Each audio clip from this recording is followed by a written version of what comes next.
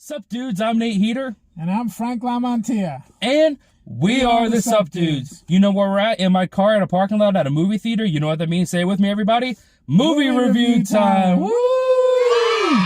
And this video, we saw Firestarter. Some of you may know it from the Stephen King novel, titled the same name. Is it a novel or a short story? I forget. Was it a novel? It's been a novel. I don't know. I read it, but I don't remember. It's only an hour, like 30-minute movie, so maybe it wasn't a full novel. Well, it's a quick story, but this is also a remake. The original starred. I just lost her name. Let me just flash it up on the screen right now. Sure, why not? All right, right there. But Drew Barrymore. There you go. There you go. But this one doesn't star Drew Barrymore. It stars Zac Efron. It stars Ryan Keir Armstrong. I have the list on my phone because I didn't memorize everything. Sydney Lemon. She was the mom. Oh, what was the girl's name? The little girl was Ryan Keir Armstrong. Okay, that was Zac Efron. That's the Drew Barrymore role. Zac Efron was his father. And the other big names were Michael Greyeyes? Gray Eyes. Gray Eyes. He's an Indian. Oh. Gray Eyes. So, Michael Greyeyes and Gloria Rubin. They were basically the main 5 characters in the movie, so we're giving them the shout out. Yeah, Gloria Rubin looks familiar, and then we just found out she was in ER. Yep. So that's where I remember her from. So. And for those of you that don't know way before Nate was born. For those of you that don't know what Firestarter is about, basically this couple who got experimented on. They were experimented on. They had a child who now has all their powers, and people are hunting them down to try to it was like a scientific experiment that went awry. Yep. And the couple was part of it. I'm sure there were more college. It was done with college students. It's kind of like a flashback thing. Yeah. And the couple involved had a child, and now the child's powers are more enhanced than the other two, than her two parents. So, and she is the Firestarter. There's no spoiler there. No. That's what the movie is. If you saw the trailer, you would know too. It's that's the basic synopsis of the beginning of it anyway. Well, Frank, since you saw the original as well, you go first. Okay. I really enjoyed the original, and I forgot who played her father in the original, but doesn't really matter. Similar story, similar backstory anyway, and they're running from some agency that's looking for them, and we're not sure if they actually want to help them and take care of them, because it's almost like a mutant type of thing. You know how like Dr. X wanted to keep the mutants in one place to protect them from everybody and have them learn about their powers and stuff. So that's the kind of vibe you get, but then you also get that they're not really that wholesome about it. They may want to hurt them or something. So you never know, you don't really know if it's good or bad. Okay, especially with I forgot the character's name, but Gray Eyes. I think Dr. Rayburn was his last name. John Rainbird.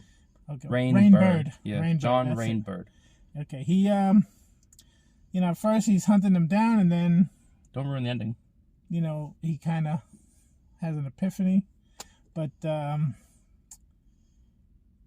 it's basically it. They're running, and it plays out like Nate said. I'm not gonna ruin anything, but I think it did the original justice, and it got a little silly in a couple spots, a little slow, but that's the nature of the story. The original one was slow, the book was a little slow. It's because you have to kind of feel your way through it, and feel the anxiousness of the characters, and how serious this is, that they have to stay hidden and things like that. So but it plays out nicely. A lot of good action, a lot of fire, but I think it did justice to the original, and I liked it. It's a solid movie. All right, well, I didn't see the original, so I have nothing to really base it off of, nor did I read the novel because I don't read really. But I will say I was about it, honestly. Like Frank said, there were times where it's slow, again, nature of the movie. There are times where it got silly. You basically took all my bads right away. Silly. I will say good things were the special effects they did, because there's a lot of people getting burned. So a lot of that make them special effects were really nice. Zac Efron's character, his powers are like taking over his body a little bit, so he starts bleeding from his eyes a little bit. That was nicely done. Like I said, a lot of action. I'm an action person, but when it came to the fight scenes, there weren't many. There was one, stupid, but that's not what this movie's about. This movie's not about people hand-to-hand combating. It's about people who are using powers. And with that, that's basically all my goods. So just the special effects, and the little girl was a good actor too. I will say that. She was good. But going back to the bads, I told Frank this. This is more like a technical side. There was a couple. I'm not going to go into full detail. Couple camera things that I had questions about, like, and I don't want to bore you guys, so I'll just say I didn't understand why they did it. It was throwing me off the whole movie. I couldn't not like keep thinking about it when it was happening. And me, Mr. Non-Technical, I didn't even notice anything wrong. Yeah, but with my 1 year of college education in cameras, it bothered me what some of the things they were doing, but there was probably an explanation, but I couldn't tell. And usually you could tell why they break certain rules. I actually took a film class, but I don't remember this rule. And But yeah, so those are it. Frank, go to the ratings. I just want to mention one more thing. Some of the acting is a little subpar with a couple of characters, but not a deal breaker. It just kind of, gives you a little nudge through the middle that it's something's a little messy. But like I said, all in all, it's a good movie.